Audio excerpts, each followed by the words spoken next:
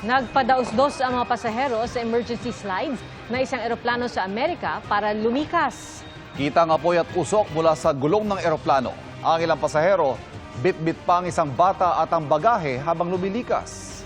Sa isang pahayag, sinabi ng American Airlines sa Reuters na nakaranas sila ng mechanical issue sa gulong ng eroplano bago mag-take off. Ligtas ang halos 200 pasahero at 6 na crew. I-inspeksyonin na maintenance ng team ng kumpanya ang eroplano. Mahigit 10,000 pulis ang ide-deploy para sa seguridad at sa inaasahang kilos protesta sa ika-4 na sona ni Pangulong Bongbong Marcos bukas. At nakatutok live si Ma'am Gonzales. Ma'am. Ivan, handa na ang iba't ibang ahensya ng gobyerno para sa State of the Nation Address o SONA ng Pangulo bukas. Nakahanda na rin naman daw yung mga magrarally. Kabuhayan, mahal ang bilihin. Minsan na nga, hindi nga kumakain. Pamurahin lang niya yung mga bilihin. Anong bilihin na papagkain? Lahat. Mawala na sana yung ganun gambling na yun. Kabilang ito sa mga gusto raw sana ng mga kababayan natin na matugunan ni Pangulong Bongbong Marcos sa kanyang ika-4 na State of the Nation Address bukas. Ang Batasang Pambansa Complex kung saan magsosona ang Pangulo, naka-lockdown na. Ini-inspeksyon lahat ng sasakyang pumapasok. May tent ng mga pulis sa Batasan Road. Mahigit 10,000 pulis Quezon City ang ide-deploy bukas. Handa na rin ang loob ng Batasan Complex.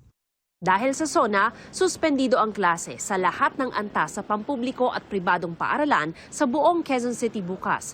Magpapatupad ng citywide liquor ban mula mamayang 12:01 ng hating gabi hanggang alas 6 ng gabi bukas.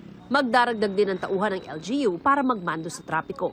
Magpapatupad naman ng MMDA ng counterflow sa Commonwealth Avenue. Sakaling umulan bukas, naiayos na po natin yung drainage inlet dyan po sa Commonwealth. Temporarily ay lalagyan po muna namin, may mga mobile pumps po tayo sa MMDA.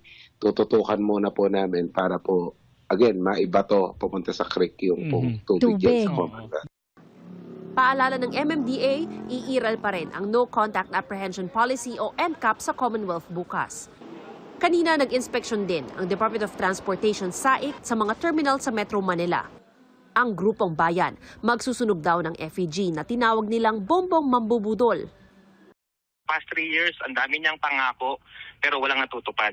Kaya yung isang kamay niya, kamay na bakal, representing yung human rights abuses, panunupil, repression, and then yung isang kamay, yung budol hat o magic hat, ito po ay kumakatawan sa mga bigong pangako. Nanawagan ng grupo na ituloy ang ICC case laban kay dating Pangulong Rodrigo Duterte at ang impeachment laban kay VP Sara. Nanawagan naman ng PNP na wag na sanang magsunog ang mga magpoprotesta.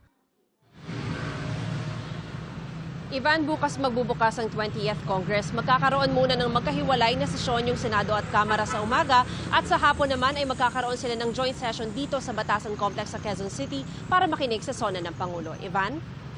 Maraming salamat, Ma'am Gonzales.